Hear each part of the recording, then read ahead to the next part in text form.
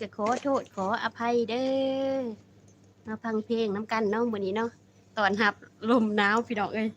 ห้องพิษห้องถือไปนำเด้อมื้อใหม่เนาะ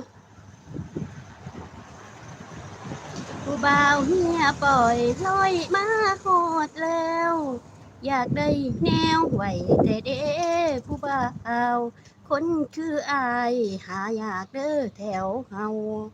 มักใจเจ้าเด้ผู้บ่าวเมียปล่อยมาเห็นน้องหัวใจของใจขาดว่างามเทล่ะเบิ่งหน้าตางามย้อยถือกใจแหงเดี๋ยวมอบผู้บ่าวเมียปล่อยใจล่องลอยอยากหอมแก้มคนข้างอีแม่อยู่เพียนงาปานพระอินทร์มาโพดต่างกันโพดกับผู้อยู่เฮือนต่างกันหลายลงทางเมื่อแม่นอีหลีบ่อาย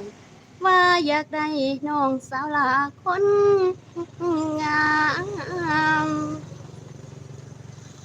ผู้บ่าวเฮียปล่อยเฮียสาวปล่อยสาวดาเฮียสาวว่าไปมาจนคันถาม